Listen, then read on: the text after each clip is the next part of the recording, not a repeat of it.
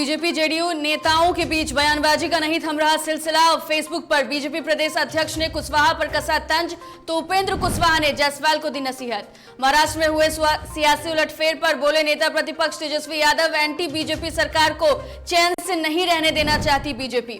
भागलपुर में स्वर्ण व्यवसायी से 30 किलो चांदी की लूट, करीब 18 लाख रुपए की हुई लूट। जानकारी के बाद पुलिस ने पूरे शहर में की नाकेबंदी। उत्तर प्रदेश के पूर्व मंत्री मितेश चंद्र सोनकर ने कौशाम्बी के डीएम एसपी पर लगाए गंभीर आरोप, सीएम से की कार्रवाई की मांग। नमस्कार, डीटीवी भारत में आपका स्वागत है। मैं हूं पूजा वर्मा। शुरुआत करेंगे बुलेटिन की। बीजेपी और जेडीयू के नेताओं के बीच बयानबाजी अब बढ़ती जा रही है। बीजेपी प्रदेश अध्यक्ष संजय जायसवाल ने फेसबुक पर एक पोस्ट के जरिए जेडीयू संसदीय बोर्ड के अध्यक्ष उपेंद्र कुशवाहा पर निशाना साधा है। संजय जायसवाल ने लिखा कि बिहार के विभिन्न जिलों में केंद्रीय विद्यालय को जमीन मिल जाए, इसके लिए नेताजी ने आंदोलन किया, धरना प्रदर्शन किया और अंततः नेताजी स्वयं सफल हो गए। संजय जायसवाल के पोस्ट के तुरंत बाद उपेंद्र कुशवाहा ने भी फेसबुक पोस्ट के जरिए बीजेपी प्रदेश अध्यक्ष संजय जायसवाल को नसीहत देते हुए लिखा कि किसी व्यक्ति का क्या दायित्व होता है इसकी जानकारी तो आपको होगी नहीं। आपको बहुत ट्रेनिंग लेने की जरूरत है। आपकी तरह मुझे भी राजनीति में अनुकंपा में कुछ नहीं मिला है। अगर ज्ञान ना हो तो मेरी राजनीतिक सफर के पन्नों को पलटकर देख लीजिए। तो देखिए, अब फेसबुक के जरिए अब ये वार और पलटवार का सिलसिला जो है वो जारी है। जेडीयू और बीजेपी के बीच कई मुद्दों को लेकर हमने पहले भी देखा है किसी तरीके का तेवर देखने को मिलता है जब अलग अलग मुद्दों पर एक दूसरे की पार्टियों पर हमला बोलते हुए, एक दूसरे पर हमला बोलते हुए बीजेपी और जेडीयू के नेता नजर आते हैं। और एक बार फिर से देखिए, संजय जायसवाल ने उपेंद्र कुशवाहा पर तंज कसा और इसके बाद खुद उपेंद्र कुशवाहा ने ट्वीट करते हुए संजय जायसवाल के ट्वीट का जवाब दिया है।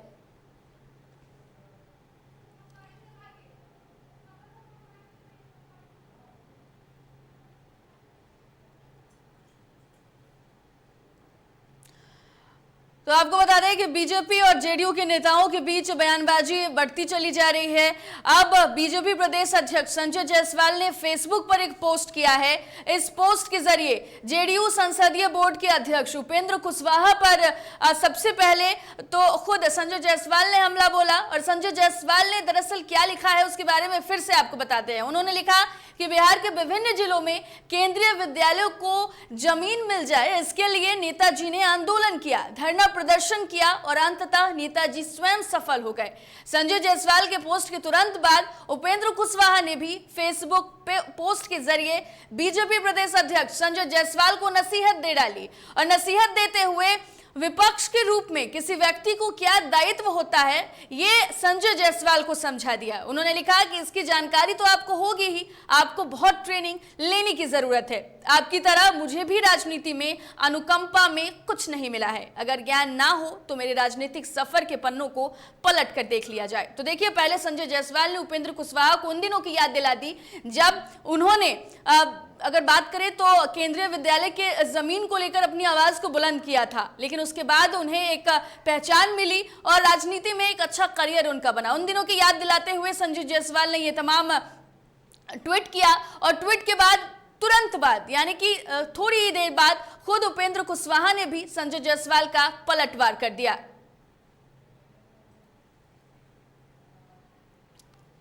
चलिए अगली खबर का रुख करते हैं। महाराष्ट्र में सियासी उलटफेर पर नेता प्रतिपक्ष तेजस्वी यादव ने बयान दिया है। उन्होंने कहा, जहां भी देश में एंटी बीजेपी सरकार है वहां बीजेपी सरकार को चैन से नहीं रहने देना चाहती। हर तरीके से, हर ताकत से सरकार को स्थिर करना चाहती है बीजेपी।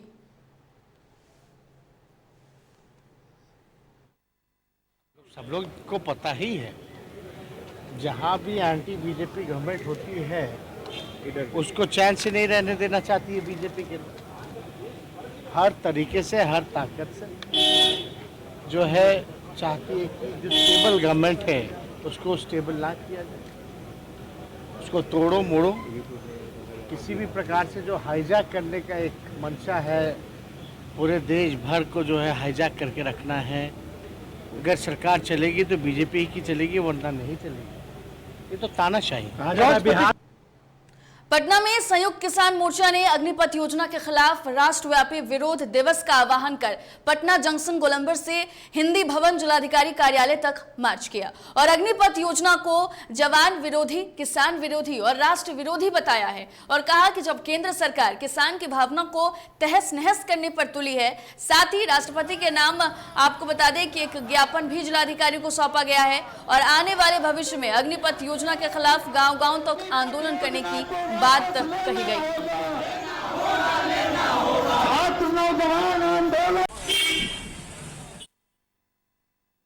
बहाली का स्कीम निकाले हैं जिसका नाम दे दिए हो अग्निपथ योजना। असल में ये अग्निपथ योजना असल में सेना की बर्बादी का पहला ये कदम है। भारतीय सेना की बर्बादी का वो पहला कदम है। देश की सुरक्षा के साथ जबरदस्त खिलवाड़ है।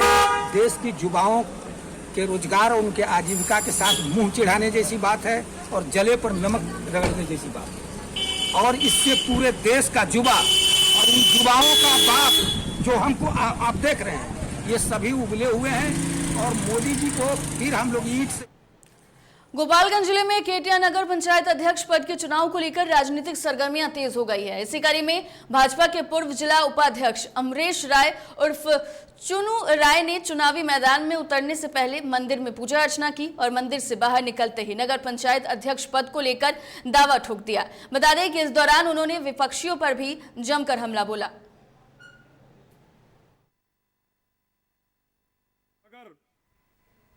दुर्गा महारानी की कृपा से, कटिया के जनता के आशीर्वाद से अगर मुझे कटिया नगर का दायित्व मिलता है तो प्राथमिकता के आधार पर मैंने आज संकल्प लिया है कि इस दुर्गा महारानी महाविद्यालय को पुनः स्थापित करने का काम करूंगा।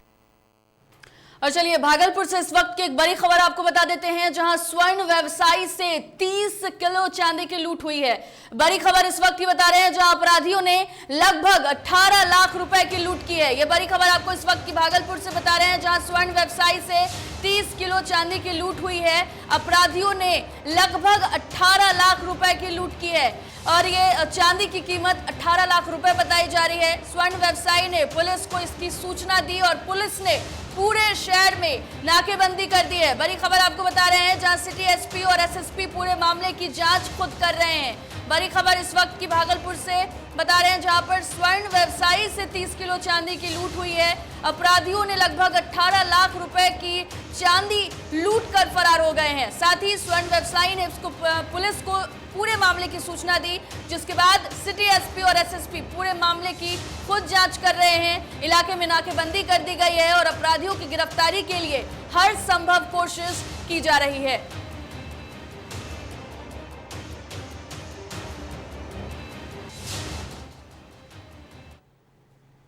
अधिक जानकारी के लिए हमारे संवाददाता अमरजीत हमारे साथ भागलपुर से फोन लाइन पर जुड़ गए हैं। अमरजीत, स्वर्ण व्यवसायी से लगभग 18 लाख की लूट हुई है, क्या कुछ फिलहाल जानकारी है इसको लेकर? जी बिल्कुल, बता दें कि भागलपुर के तिलका मांझी थाना क्षेत्र के डिएक्शन मोड़ में जो पटल बाबू रोड है, वहीं पर स्वर्ण व्यवसायी से लूट हो जाती है और लूट ये दिन दिहाड़े होती है, जिससे कि कहीं ना कहीं पुलिस की कार्यशैली पर भी सवाल खड़ा होता है।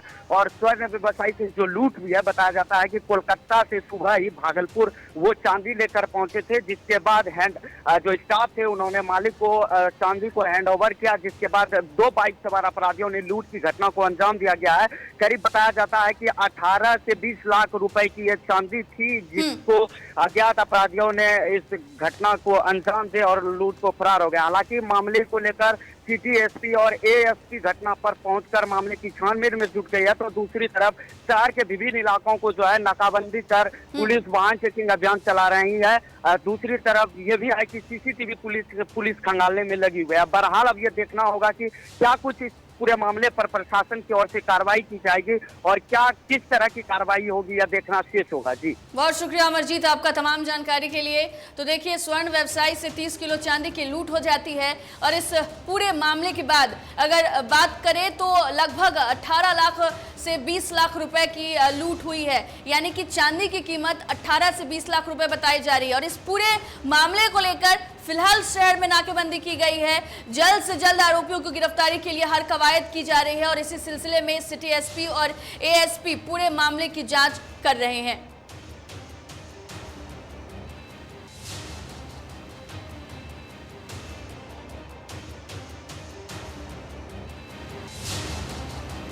ये सुना है कि 30 किलो सोना चांदी लेके ये एक व्यापारी है, ये चांदी की दुकान है सोनापट्टी में। ये कल रात कोलकाता से बस से आ रहे थे, तो सुबह यहाँ पे पहुँचे। तो जब यहाँ पे पहुँचे इसके बाद में इन्होंने अपने बेटे को जो चांदी का जो थैला था वो हैंड ओवर किया। और तभी जब उनके बेटे जब स्कूटी से आगे बढ़ ही रहे थे तब पीछे से आके कुछ अपराधियों ने उनसे लूट की घटना पारित किया है। इस पर अभी हम अनुसंधान कर रहे हैं। अभी जांच जारी है, जितने भी होगा उस सब का हम शिनाख्त कर रहे हैं कितने लोग थे। तो पूरा जब छपरा के मशरक थाना क्षेत्र के बड़वा घाट गांव के पास थाना पुलिस और एएलटीएफ टीम ने गुप्त सूचना के आधार पर छापेमारी करते हुए बाइक पर शराब लादकर ले जा रहे 2 शराब धंधेबाजों को गिरफ्तार कर लिया। मामले में थानाध्यक्ष राजेश कुमार ने बताया कि गुप्त सूचना के आधार पर दारोगा राजेश रंजन और एएलटीएफ टीम ने पुलिस बल के साथ छापेमारी की तो 2 शराब धंधेबाजों को गिरफ्तार कर लिया गया है। गिरफ्तारी के बाद बदमाश ने कुछ महत्वपूर्ण जानकारी भी दी है, जिसके बाद पुलिस जांच पड़ताल कर रही है।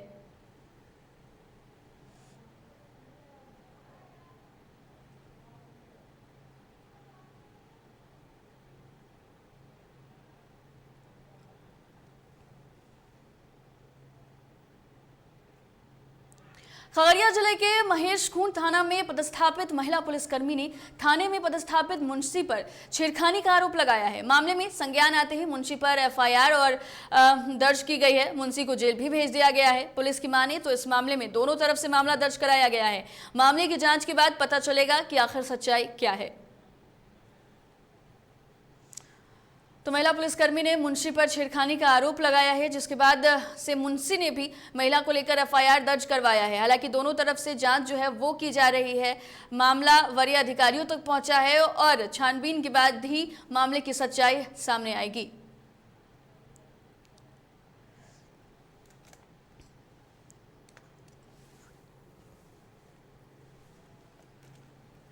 पटना के बोरिंग रोड स्थित एक दुकान से नकली खाद्य पदार्थ मिलने की सूचना मिली है। दरअसल पटना के बोरिंग रोड स्थित दुकान में नकली खाद्य पदार्थ मिलने का मामला सामने आया।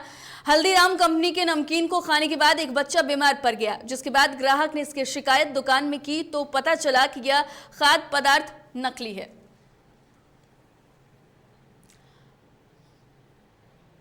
तो देखिए किस तरीके से लोगों की जान के साथ खिलवाड़ किया जा रहा था। दुकान के अंदर हल्दीराम्स के जो प्रोडक्ट हैं वो नकली बेचे जा रहे थे, जिसके बाद शिकायत भी की गई है। और आपको बता दें कि बाजार में हल्दीराम कंपनी का नकली पदार्थ मिल रहा था और खाने के बाद बच्चा बीमार हुआ। महिला ने शिकायत की और आपको बता दें कि इस शिकायत के बाद से ये मामला उजागर हुआ है। तो किस तरीके से लोगों की ज़िंदगी के साथ खिलवाड़ हो रहा था, ये साफ तौर पर पटना के बोरिंग रोड स्थित दुकान में नकली पदार्थ के सामने आने के बाद इसका खुलासा हुआ है। दरअसल हल्दीराम कंपनी के नमकीन को खाने के बाद एक बच्चा बीमार पड़ गया, जिसके बाद ग्राहक ने इसकी शिकायत दुकान में की तो ये पता चला कि खाद्य पदार्थ नकली है। तो हल्दीराम नमकीन के बाद इसे खाने के बाद बच्चा बीमार हुआ, जिसके बाद महिला ने शिकायत की और शिकायत करने के बाद ये मामला सामने आया कि वो जो नमकीन था वो दरअसल डुप्लीकेट था।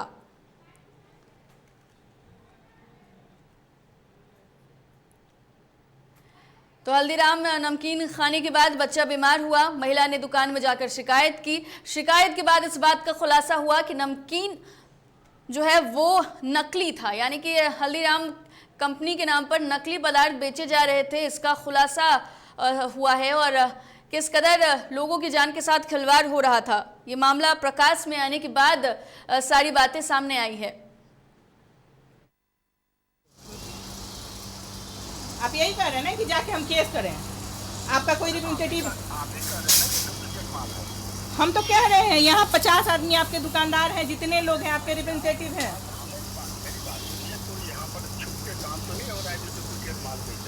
हाँ तो सब फिर आप बताइए ना, जो बार कोड क्यों स्कैन नहीं हो रहा है? डुप्लीकेट नहीं है तो बार कोड क्यों नहीं स्कैन हो रहा है? क्यूआर क्यों नहीं स्कैन हो रहा है? ये बताइए। नालंदा जिले के स्कूल में छात्र छात्राओं को मिलने वाली मध्याह्न भोजन में लापरवाही सामने आई है। आपको बता दें कि छात्रों को भोजन में कच्चा आम परोसा गया, जिसे खाने से बच्चों ने इनकार कर दिया। दूसरी ओर डीएम शशांक शुभांकर ने मामले को संज्ञान में लेकर जांच की बात कही है। तो ठीक है, लेकिन कभी कभी कंकर ये ठीक नहीं मिलता, कभी कभी उसमें कीड़ा भी मिल जाता है। आवासीय मॉडल मध्य विद्यालय भैंसासुर है और यहाँ एनजीओ के थ्रू खाना बन के आता है। तो अक्सर देखा जाता है कि केला जो वहाँ से आ रहा है आधा खाने लायक रहता है, आधा फेंकने लायक रहता है। उन्होंने उसको जांच के लिए दे दिया है और 2 दिन के अंदर उस पर जांच रिपोर्ट आ जाएगी और जो भी अगर दोषी हैं उसमें तो उस पर कार्रवाई की जाएगी। मुंगेर में पति को चकमा देकर पत्नी प्रेमी के साथ फरार हो गई।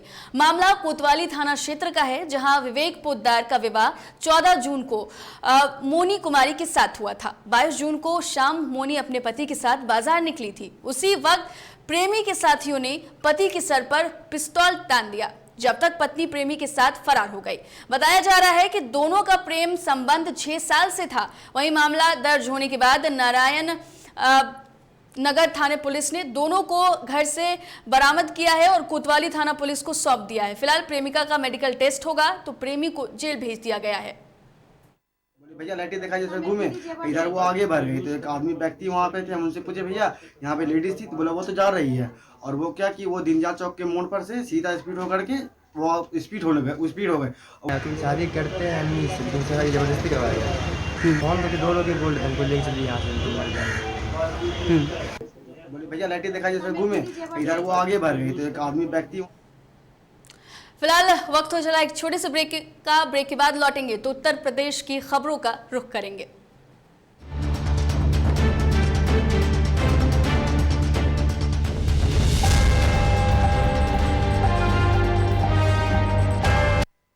अबे गुड्डू ठीक से लगाओ बे, रिश्तेदार आएंगे तो उनको लगना चाहिए ना कि इस घर में हमारे चंदा का कितना मान सम्मान है और आज हम और हमारा परिवार कितना खुश है। हाँ हम तो आपको बताने ही भूल गए, हमारी चंदा इतने सालों बाद गाभन हुई है। हाँ और पहले जो दो खाए ना तो स्वस्थ और तंदुरुस्त कैसे रहेगी। भला हो मधुसूदन गोल्ड पशु आहार का, जिसके देने से हमारी चंदा गाभन हुई और उसको एक रिष्ट पुष्ट बच्चा हुआ। हाँ अगर आप भी अपने पशुओं से करते हैं प्यार तो उन्हें दीजिए सिर्फ और सिर्फ मधुसूदन गोल्ड पशु आहार, भाग खुल जाएंगे।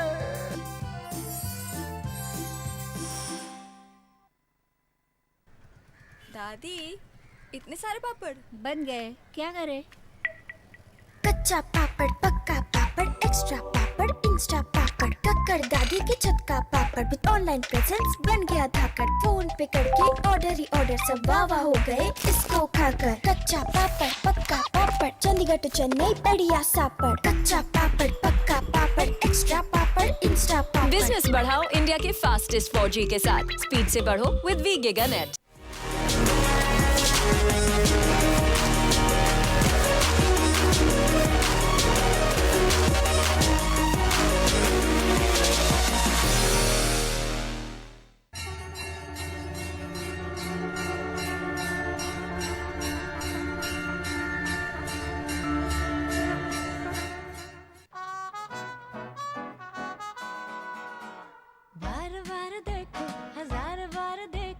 देखने की चीज है हमारा दिलरुबा, ताली हो ताली हो। This is my favorite. I like the way I look. I like this. Your wall looks amazing in this one. The wall. Yeah.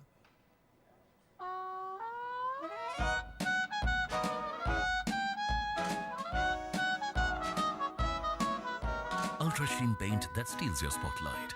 Royale Glitz with Ultra Sheen. Luxury with Teflon.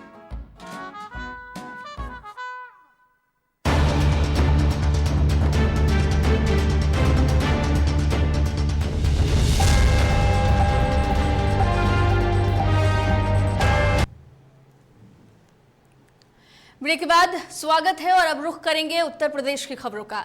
Uttar Pradesh के पूर्व मंत्री मितेश चंद्र सोनकर ने कौशाम्बी के DM, SP और SDM और CO पर गंभीर आरोप लगाया है। बड़ी खबर आपको बताने जा रहे हैं, जहां पर पूर्व मंत्री मितेश चंद्र सोनकर का डीएम पर बड़ा आरोप है। बड़ी खबर बता रहा है, जहां पर अधिकारियों की गुंडाई से गरीबों को हो रही परेशानी, इस तरीके से तमाम बातें कही गई हैं। बड़ी खबर, जहां गरीबों का घर तोड़ने के बाद मुआवजा न मिलने पर सवाल उन्होंने खड़े किए हैं। आपको बड़ी खबर इस वक्त की बता रहे हैं, जहां सीएम योगी आदित्यनाथ से कार्रवाई की मांग भी की गई है। बड़ी खबर इस वक्त की बता रहे हैं, जहां पर उत्तर प्रदेश के पूर्व मंत्री मितेश चंद्र सोनकर ने कौशाम्बी के डीएम, एसपी और एसडीएम के साथ साथ सीओ पर गंभीर आरोप लगाते हुए सीएम योगी से कार्रवाई की मांग की है। मंत्री का कहना है कि जितनी तेजी से अधिकारी गरीबों के घर पर बुलडोजर चला रहे हैं, उतनी ही तेजी से उन्हें मुआवजा भी मिलना चाहिए, जो नहीं मिल रहा है। यहाँ के अधिकारी पूरी तरह बेलगाम हो चुके हैं, गुंडाई कर रहे हैं, जिससे गरीब परेशान है। तो ये बड़ी खबर इस वक्त की आपको बता रहे हैं कौशाम्बी से, जहां पर उत्तर प्रदेश के पूर्व मंत्री मितेश चंद्र सोनकर ने कौशाम्बी के डीएम, एसपी और कई बड़े अधिकारियों पर बड़ा आरोप लगाया है। उन्होंने गरीबों को परेशान करने का आरोप लगाया है। दरअसल लगातार उत्तर प्रदेश में अवैध निर्माण पर बुलडोजर चलाया जा रहा है। कई गरीबों के घर भी ध्वस्त हुए हैं, लेकिन उन्हें मुआवजा नहीं दिया गया है। और इसी को लेकर के आपको बता दें कि मंत्री ने तमाम अधिकारियों पर आरोप लगाया है। गरीबों के साथ परेशानी हो रही है, जिसको लेकर उन्होंने मांग की है और सीएम योगी से ये कार्रवाई की मांग उन्होंने की है।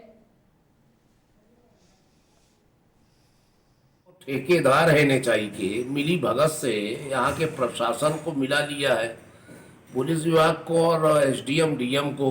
अभी बहुत ऐसे लोग हैं, परिवार हैं, जिनके घर तो गिरा दिए गए, उनको मुआवजा नहीं दिया गया और जमीनों को मुआवजा नहीं दिया जा रहा है। अप्रेसर जमीन मकान खाली करने के लिए बहुत ज्यादा डंडा पटका जा रहा है, मतलब तांडव किया जा गया, गुंडाई की गई। तो मैं पूछना चाहता हूँ यहाँ के अधिकारियों से, जितना आप तेजी दिखा रहे हैं घर गिराने की, जमीन खाली करवाने की, उतना मुआवजा दिलाने की तेजी क्यों नहीं दिखा रहे हैं आप? मैं ये कहना चाह रहा हूँ, इसको मेरी आवाज़ जो है माननीय मुख्यमंत्री तक जाना चाहिए कि यहाँ के अधिकारी बेलगाम है। ये न किसानों के हैं न हम जनता के हैं। कन्नौज के गुड़सहायगंज थाना क्षेत्र में भारतीय किसान यूनियन के नेता अग्निपथ योजना का विरोध कर रहे थे। इस दौरान प्रशासन ने उन्हें रोक दिया, जिसके बाद ये सभी आक्रोशित हो गए और जिला कार्यालय के बाहर प्रदर्शन करने लगे। वहीं मौके पर पहुंचे एडीएम गजेंद्र सिंह ने आनन फानन में भाकियू जिलाध्यक्ष से ज्ञापन लिया।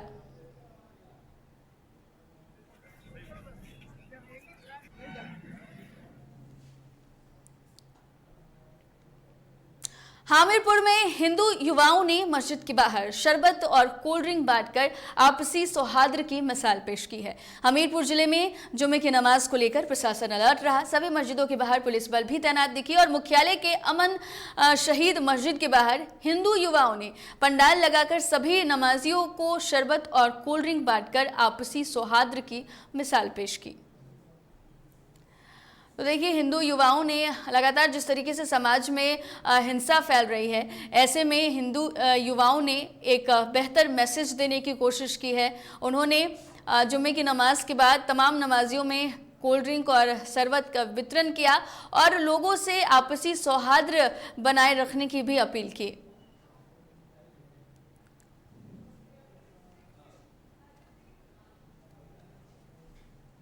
भदोही में कड़ी सुरक्षा के बीच जुमे की नमाज अदा की गई और इस दौरान एडीएम और सीओ पुलिस बल के साथ मौके पर मौजूद रहे। वहीं बता दें कि बीते दिनों जुमे की नमाज के बाद हुई हिंसा के बाद जिला और पुलिस प्रशासन की तरफ से पूरी तरह से सतर्कता बरती जा रही है। साथ ही धर्म गुरुओं के साथ मंथन कर शांति व्यवस्था सुनिश्चित कराने को लेकर प्रस्ताव भी पारित किया गया।